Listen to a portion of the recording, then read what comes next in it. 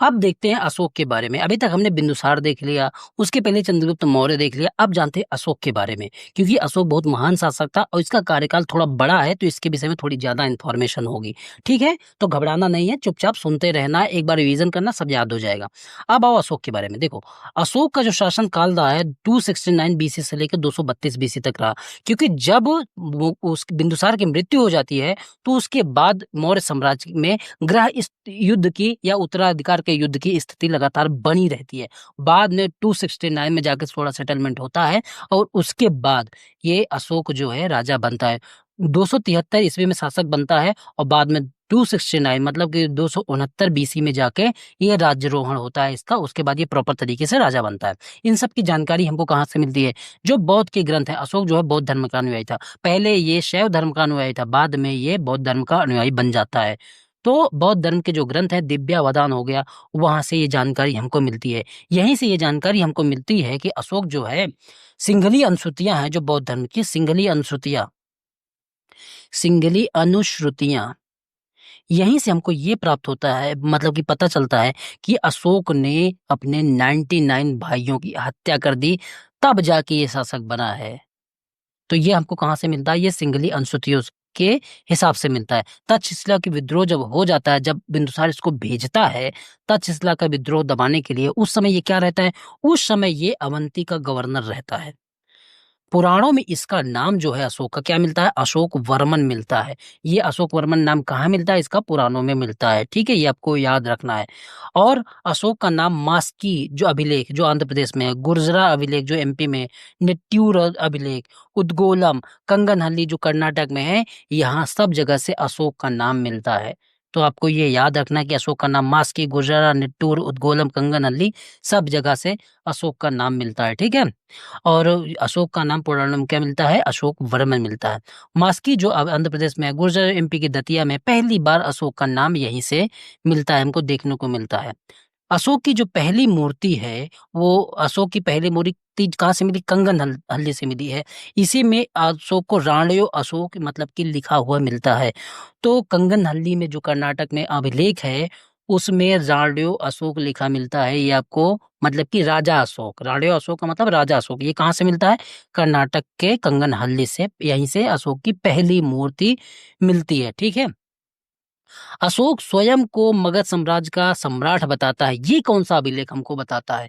ये अभिलेख हमको भ्राऊ का स्तंभ अभिलेख है, वो हमको बताता है कि अशोक स्वयं को इसमें मगध साम्राज्य का सम्राट कहता है। ठीक है, अशोक स्वयं को अपने अभिलेखों में देव नाम प्रिय मतलब कि अभिलेखों में देव नाम प्रिय मतलब देवताओं को जो सबसे प्यारा हो, ईश्वर को जो सबसे प्यारा हो, ये टाइटल लगा के देखने को चीजों मिलती है हमको, मतलब कि दिखाई देती है कि अशोक ऐसे काम करता था कि अपने टाइटल में देवनाम प्रियदर्शी लगाता था। ठीक है, रोहण मतलब 269 में जब इसका राजरोहण हो जाता है, उसके 8 वर्ष के बाद 8वें वर्ष 261 बीसी में कलिंग का युद्ध होता है, जिसमें ये बहुत बुरा नरसंहार करता है। और इसका कारण क्या था? कारण यही था कि जो क्षेत्रीय शासक थे, मगध से स्वतंत्रता चाहते थे। वहीं का राजा मतलब कि मगध साम्राज्य से स्वतंत्रता चाहता है। उसकी वजह से जब क्षेत्रीय आकांक्षा इतनी बढ़ गई, तो फिर अशोक जाता है और पूरी तरीके से जो कलिंग का क्षेत्र है, उड़ीसा का क्षेत्र है, उसको कब्जा कर लेता है। उस समय जो कलिंग की राजधानी थी तोसली थी, और जब कलिंग को मिला दिया, उसके बाद उत्तरी कलिंग की राजधानी इसने तोसली बनाई, और दक्षिणी जो मतलब कि कलिंग था, उसकी राजधानी जौगढ़ बनाई। सब याद रखना है, बता दे रहा कि अगर नहीं याद करोगे तो फिर एग्जाम में कंफ्यूज रहोगे और सवाल आपसे छूटते रहेंगे। ये सारी जानकारी हमको कहाँ से मिलती है? ये सारी जानकारी हमको हाथी गुम्फा जो खारबेल का अभिलेख है, वहां से हमको जानकारी मिलती है। और इसी में बताया जाता है कि अशोक का हृदय बाद में जाके परिवर्तित होता है। ठीक है, अशोक का साम्राज्य कहाँ कहाँ विस्तार इस समय पे हो जाता है। देखो, ये पूरा भारत का नक्शा है। पूरे भारत में लगभग अशोक का विस्तार हो जाता है। इस एरिया को जो मतलब कि तक्षशिला वाला एरिया था, कांधार वाला एरिया था, ये वाला एरिया, इसको यहाँ पे जब अशोक का मतलब कि साम्राज्य था, तो इसको क्या बोला जाता था, उत्तरापथ बोला जाता था। और इसके अपोजिट में जो दक्षिण वाला एरिया था उसको दक्षिणापथ बोला जाता था। ये जो मगध वाला साम्राज्य है, जो बिहार वाला एरिया है, ये इसको मगध साम्राज्य बोला जाता था। इधर जो एमपी वाला एरिया उसको अवंती बोला जाता था, और इधर कलिंग वाला एरिया, उड़ीसा वाला एरिया है, उसको कलिंग बोला जाता था। इन सब जगहों पे अशोक का शासन था। उत्तरापथ जो था इसकी राजधानी क्या थी, तक्षशिला थी। याद रखना है, पूछा गया है भाई, बार बार कह रहा आपसे। मगध जो साम्राज्य था उसका राजधानी क्या थी, पाटलिपुत्र। इसी को प्राची या पूर्व देश भी बोला जाता था। कलिंग जो जो अवंती है, जो एमपी का एरिया था, उसकी उत्तरी, इसको दो राजधानी थे। उत्तरी राजधानी इसकी उज्जैनी थी और दक्षिणी राजधानी इसकी महेशमती थी। ठीक है। कलिंग का जो एरिया था उसकी कैपिटल, उत्तरी कलिंग की राजधानी तोसली थी और दक्षिणी कलिंग की राजधानी जौगढ़ थी। दक्षिणा पर जो था उसकी जो राजधानी थी वो सुवर्णगिरी थी। ठीक है, ये आपको याद हो गया। अशोक की माता का नाम, बहुत जगहों पे आप देखते हैं कि जैसे मतलब कि किताबों में पढ़े होंगे, तो जो मतलब कि वही बौद्ध ग्रंथ होंगे उन्हीं में इसका माता का नाम, पिता का नाम, दुनिया भर की चीजें लिखी होंगी। तो महाबोधि वंश में जो अशोक मतलब कि बौद्ध धर्म का ग्रंथ है उसमें इसकी माता का नाम धम्मा बताया गया। इसी की एक टीका है महाबोधि वंश की, उसमें आगाम महिषी नाम से इसी की माता जो धम्मा है उनको आगाम महिषी नाम से जाना जाता था। ठीक है, ये थोड़ी बड़ी इंफॉर्मेशन है। इतिहासकारों के अनुसार इसका नाम सुबदांगी था, ये भी आपको ध्यान रखना है। अब देखो इसकी पत्नी, पत्नी के विषय में भी पूछा जाता है। श्रेष्ठी की पुत्री थी, उनका नाम था देवी या वेदिस महादेवी। ठीक है, ये आपको याद रखना है। प्रयागराज से एक स्तंभ प्राप्त होता है। ये जो मतलब कि देवीस महादेवी थी, ये एक श्रेष्ठी की पुत्री थी।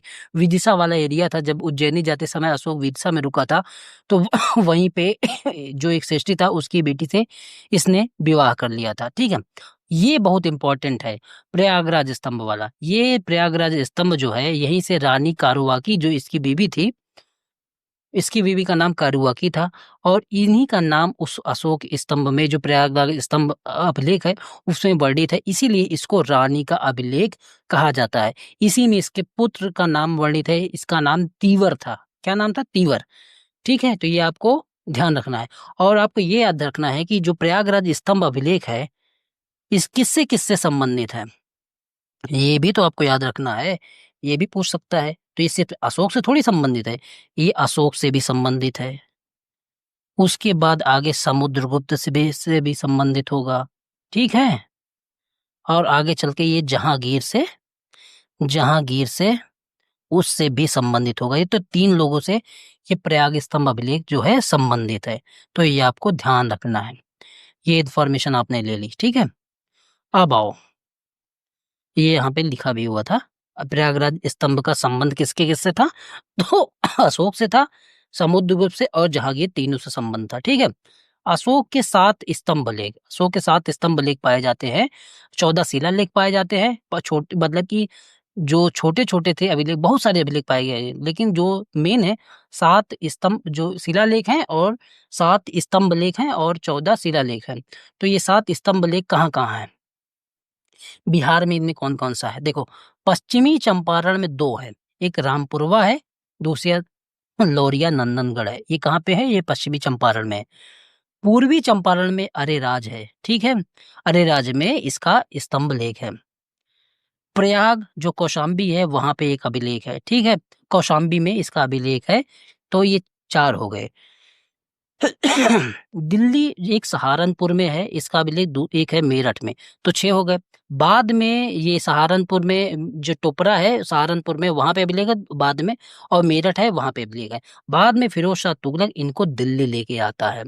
तो ये आपको याद रखना है कि दिल्ली कौन लेके आता है अशोक के अभिलेख, फिरोज शाह तुगलक लेके आता है। 2 अभिलेख कौन कौन से, मतलब कि टोपरा और मेरठ वाले। ठीक है, तो ये हो गए 6 अभिलेख। और एक अभिलेख जो अशोक का है वो पुल ए दारुन ते में है। ये कहाँ है, ये कांधार अफगानिस्तान में है। तो ये 7 अभिलेख हैं अशोक के। कहाँ कहाँ है, पश्चिमी चंपारण में 2 हो गए, पूर्वी चंपारण में हो गया, एक कौशाम्बी में हो गया, 4 ये हो गए। उसके बाद और कहाँ है, मतलब कि सहारनपुर, टोपरा, मेरठ हो गया, एक हो गया। ठीक है, ये हो गया, और एक पुल ए दारुन ते कांधार में हो गया। तो ये आपको सब याद रखना है, पूछा जाता है ये। अब आओ, अशोक के जो अभिलेख हैं ये किन किन भाषाओं में हैं। तो अशोक के जो अभिलेख हैं ये ग्रीक में है, अरमाइक में है, खरोष्टी में है, ब्राह्मी में है, सारी भाषाओं में अशोक के अभिलेख है। ग्रीक में, अरमाइक में, खरोष्टी में, ब्राह्मी में और मतलब कि ये सारी ये लिपियां हैं। ग्रीक, अरमाइक, खरोष्टी, ब्राह्मी, ये सब लिपियों में अशोक के अभिलेख हैं। भाषा इस समय कौन सी थी? प्राकृत भाषा थी। मतलब कि इस समय अशोक के टाइम पे कौन सी भाषा मतलब प्रचलन में थी? प्राकृत भाषा थी। अब ये जो अभिलेख अशोक के पाए गए हैं, कौन कौन से एरिया में पाए गए हैं? ये देखो जी, ये जो एरिया है, देखो ये जो एरिया है, क्या कहते हैं, ये वाला एरिया, एक ये एरिया हो गया, एक ये एरिया हो गया, ठीक है। देखो और कौन सा एरिया? एक ये वाला एरिया हो गया, 3 एरिया है। इन तीनों में अशोक के जो अभिलेख हैं, तीनों अलग अलग लिपियों में पाए जाते हैं। ये जो एरिया है अफगानिस्तान वाला एरिया, यहाँ पे जो अशोक के अभिलेख जो हैं ग्रीक और अरमाइक भाषा में पाए जाते हैं। ठीक है, ग्रीक और अरमाइक लिपियों में पाए जाते हैं। प्रियदर्शी यहीं पे नाम मिलता है इसका, अशोक का तक्षशिला अभिलेख में। ये जो पंजाब और पाकिस्तान वाला एरिया है, यहाँ पे जो लिपि पाई गई है अशोक के अभिलेख की, वो खरोष्टी लिपि है। तो खरोष्टी लिपि में यहाँ पे अभिलेख पाए जाते हैं। शहनाज गढ़ी अभिलेख है। मानसेहरा है पाकिस्तान का, यहाँ सबसे ये अभिलेख पाए गए हैं। मतलब कि अब अशोक के ये सब अभिलेख खरोष्टी भाषा में। और बचा जो एरिया है, ये वाला एरिया, इस पूरे बचे एरिया में जो अभिलेख पाए गए हैं, वो ब्राह्मी लिपि में पाए गए हैं। मैक्सिमम इसी लिपि में पाए गए हैं। तो अफगानिस्तान वाला एरिया हो गया, उसमें ग्रीक और अरमाइक लिपि में पाए गए हैं। उसके बाद पंजाब वाला एरिया हो गया, उसमें खरोष्टी लिपि में पाए गए शहबाजगढ़ी, मानसेहरा। और बचा हुआ एरिया जो एरिया है, उसमें ब्राह्मी लिपि में अशोक के अभिलेख पाए गए हैं। सबसे ज्यादा इन्हीं से पाए गए हैं। इन अभिलेखों को पढ़ा किसने? ये भी तो इम्पोर्टेंट सवाल है, पूछा जाता है। 1837 में इसको जेम्स प्रिंसेप जो है, उन्होंने पढ़ा, उन्हीं को सफलता मिली। तो अशोक के अभिलेख को पढ़ने का श्रेय किसको जाता है? जेम्स प्रिंसेप को जाता है। अब देखो, अब सबसे भयंकर चीज आ गई। अशोक के जो 14 शिलालेख हैं, दीर्घ शिलालेख बोला जाता है, इनसे भी सवाल यूपीपीसी अशोक कैसी में भी बन जाता है। बिहार में तो बनना श्योर है। कभी किसी अभिलेख से, कभी किसी अभिलेख से पूछ लेता है कि इन अभिलेखों में क्या लिखा हुआ है।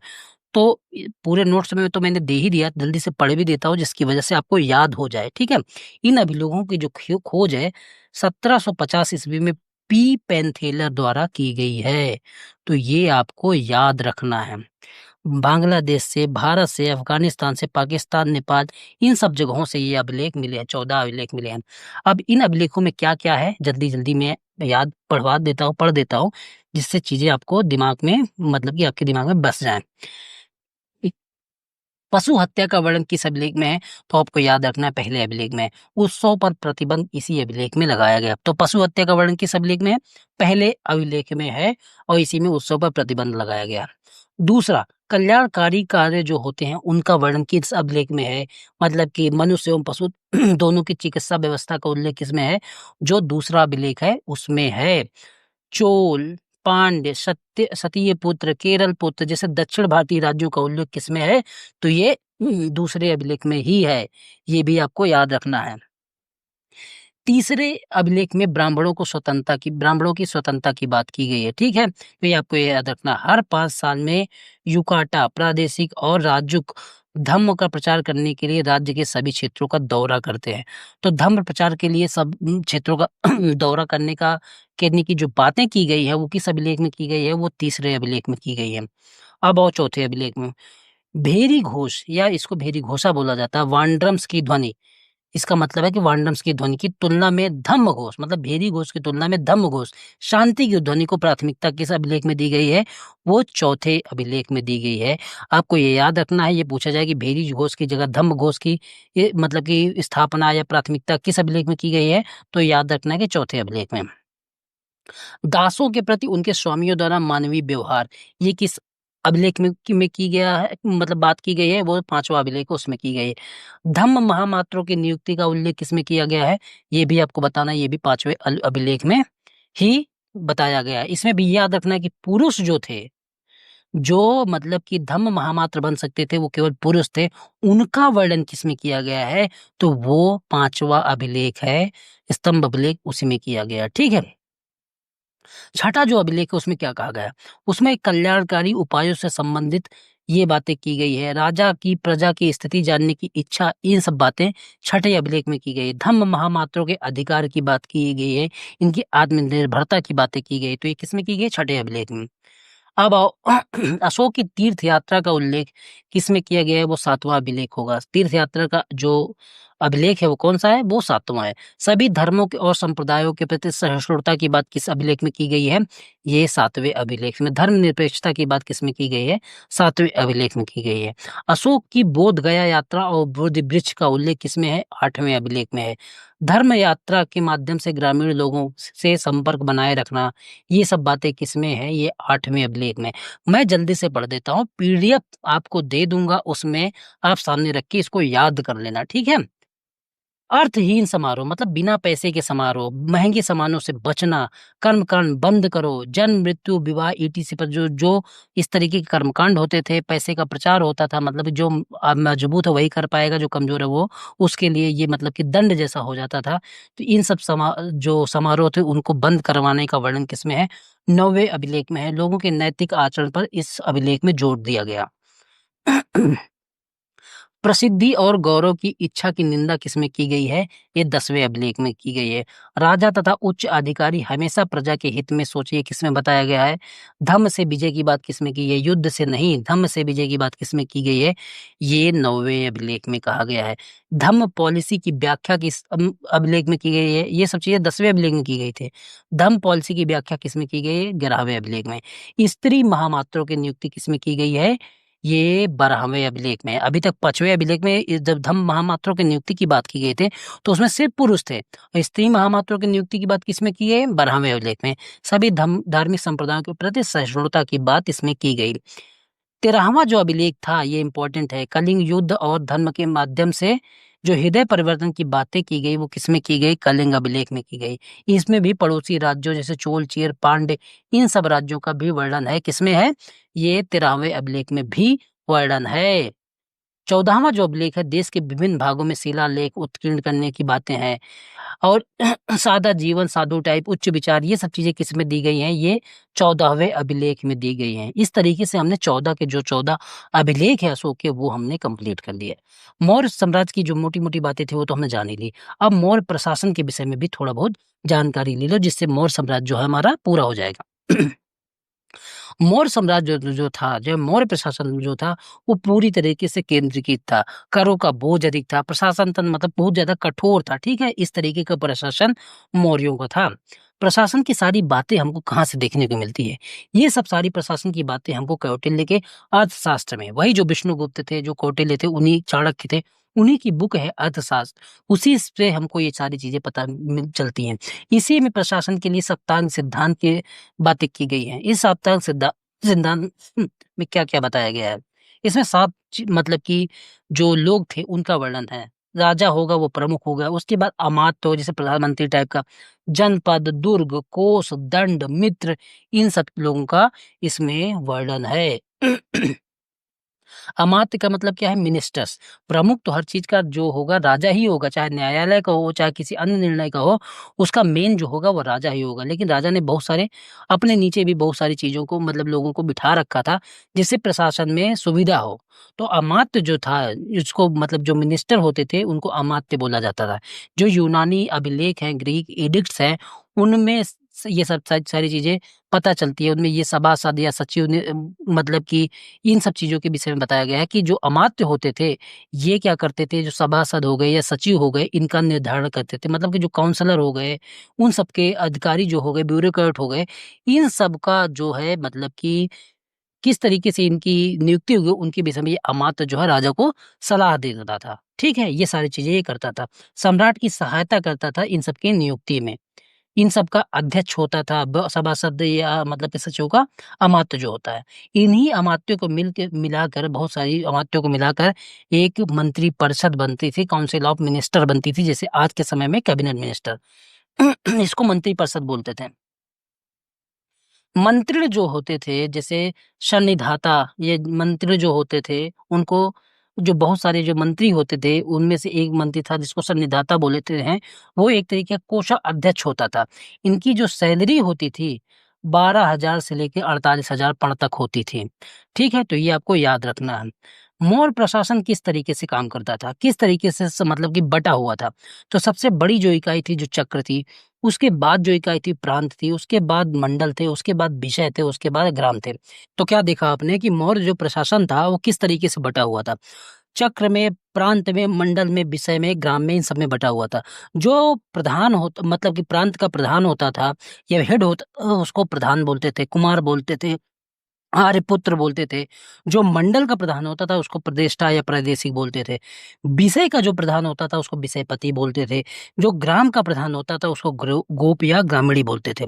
जिला प्रशासन किस तरीके से होता था, जिला प्रशासन जो था वो सबसे बड़ी इकाई थी, इसका नाम था स्थानिक, ये सबसे बड़ी इकाई थी। और देखो मेगास्थनीज ने ये बताया कि जो पूरा का पूरा जो मतलब कि काम होता था वो समितियों के माध्यम से होता था। 6 समितियां थी, 5 मतलब कि 5 लोगों के समूह में 6 समितियां होती थी और 30 लोग होते थे। इन्हीं के माध्यम से पूरा का पूरा मौर्य प्रशासन चलता था। ये किसने बताया? ये मेगास्थनीज ने बताया। ये आपको ध्यान रखना है। गुप्तचर व्यवस्था की मतलब की बात भी यहाँ पे है कि संस्था जो होती थी, 2 तरीके के गुप्तचर होते थे। गुप्तचर व्यवस्था 2 तरीके से काम करती थी। एक को संस्था बोलते थे, एक को संयारा बोलते थे। संस्था जो होती है, ये संगठन से जुड़ के संगठित होके काम करती थी। और जो ये संयारा होते थे, ये गुप्तचर जो होते थे, ये भ्रमणशील गुप्तचर होते थे। ये घूम-घूम के कार्य करते थे। गुप्तचर में जो मतलब कि महिला भी हो सकती थी और पुरुष भी हो सकते थे। गुप्तचर को गूढ़ पुरुष भी बोला जाता था। जो विभाग थे, विभाग उनको तीर्थ बोला जाता था।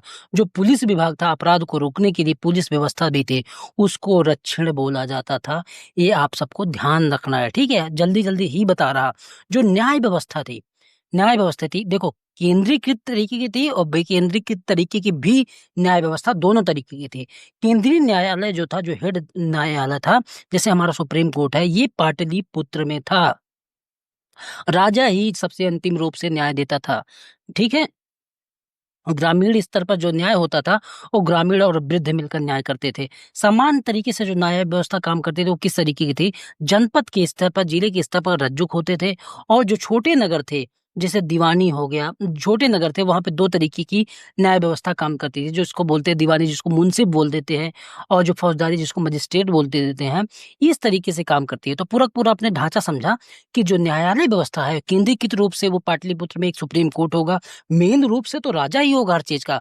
गांव स्तर पे जो न्याय व्यवस्था होगी, उसमें ग्रामीण और जो वृद्ध लोग होंगे वो मिलकर निर्णय लेते थे। जनपद स्तर पर एक अधिकारी होता था, वो निर्णय लेता था, उसको रज्जुक बोला जाता था।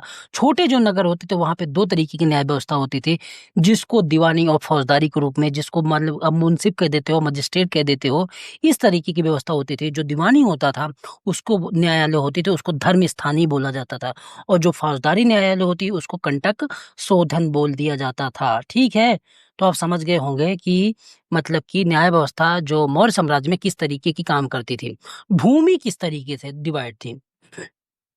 भूमि 2 तरीके से डिवाइड थी मौर्य साम्राज्य में। एक जो सामान्य भूमि थी अर्थशास्त्र में, जिसको कहा जाता था, वो 2 तरीके से जो सामान्य भूमि डिवाइड थी। जो स्वामी होते थे, भूस्वामी थे, उनको क्षेत्रज्ञ बोला जाता था, और जो काम करने वाले लोग थे, उनको काश्तकार बोला जाता था। एक तरीके की ये भूमि हो जाती है। ये सामान्य भूमि थी, कृषकों की होती थी, ठीक है? कौटिल्य ने अपने ये सारी जानकारी हमको कहाँ से मिलती है? ये सारी जानकारी हमको अर्थशास्त्र से मिलती है, जो कौटिल्य की किताब है, ठीक है? वहाँ से मिल जाती है। दूसरी होती है राजकीय भूमि। इसका जो नियंत्रण होता था, राजा के हाथ में होता था। इसको सीता भूमि भी कहते थे। इसका जो अध्यक्ष होता था, जो अधिकारी होता था, उसको हम सीता अध्यक्ष बोलते थे। सिंचाई व्यवस्था यहाँ पे किस तरीके की थी? सिंचाई व्यवस्था 2 तरीके थी। एक जो होगा, जो राज्य की तरफ से सिंचाई प्रोवाइड की जाएगी, जो राज्य मतलब कि प्रोवाइड करेगा आपको सिंचाई की व्यवस्था करेगा, उसको सेतु बंध कहा जाता था। अब इसके लिए राज्य जो है उन पे लोगों पे कर लगाता था, क्योंकि आपकी सिंचाई की व्यवस्था कर देता था। जैसे पहले नहर होती थी, तो उसके लिए आपके पास मतलब कि पैसे मतलब कि आपको देना पड़ता था सिंचाई के लिए। तो जो राज्य से प्रोवाइड करवाता था, उसको सेतु बंध कहा जाता था। उसके लिए कर लगाता था राज्य, उसको उदय भाग कहा जाता था। जो 1/3 होता था कर, ये देना पड़ता था, 1/3 कर देना पड़ता था राज्य को। और जो सामान्य लोगों के द्वारा सिंचाई की जाती थी, उसमें किसी भी प्रकार का कर नहीं लिया जाता था। मौर्य साम्राज्य के दौरान कर मतलब कि टोटल रेवेन्यू किस तरीके का था, मतलब कर की व्यवस्था किस तरीके की थी। अगर टोटल जो प्रोडक्शन है उसका 1/4 से लेके 1/6 तक इतना जो है लैंड रेवेन्यू लिया जाता था, कर इतना लिया जाता था। बेगारी जो निःशुल्क सेवा थी उसको क्या बोला जाता, उसको विष्टि कहा जाता था। ये आपको याद रखना है कि बेगारी या निःशुल्क सेवा को क्या कहा जाता था, उसको विष्टि कहा जाता था। प्रणय एक प्रकार का कर था जो आपातकालीन या युद्धकालीन स्थिति में लिया जाता था। तो प्रणय क्या था, एक प्रकार का आपातकालीन कर था, ठीक है। नगद के रूप में भी एक कर लिया जाता था जिसको बोला जाता था हृणय। अनाज नहीं देना पड़ता था, इसमें नगद के रूप में आपको पैसा ही देना पड़ेगा, उसको बोला जाता था हृणय। जो क्योंकि ये आप मतलब कि नगद के रूप में लिया जाता था, ये किसी तरीके से अनाज के रूप में नहीं लिया जाता था।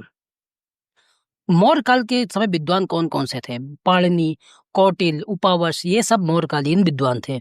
बलि एक प्रकार का धार्मिक कर था। यहाँ पे वैदिक काल में भी लोग मतलब कि बलि अपनी इच्छा से देते थे, लेकिन यहाँ पे जो बलि कर जो था वो वैदिक काल में लोग अपनी इच्छा से देते थे, लेकिन यहाँ पे जो है ये कर के रूप में हो गया, आपको देना ही पड़ेगा। तो बलि एक प्रकार का धार्मिक कर था।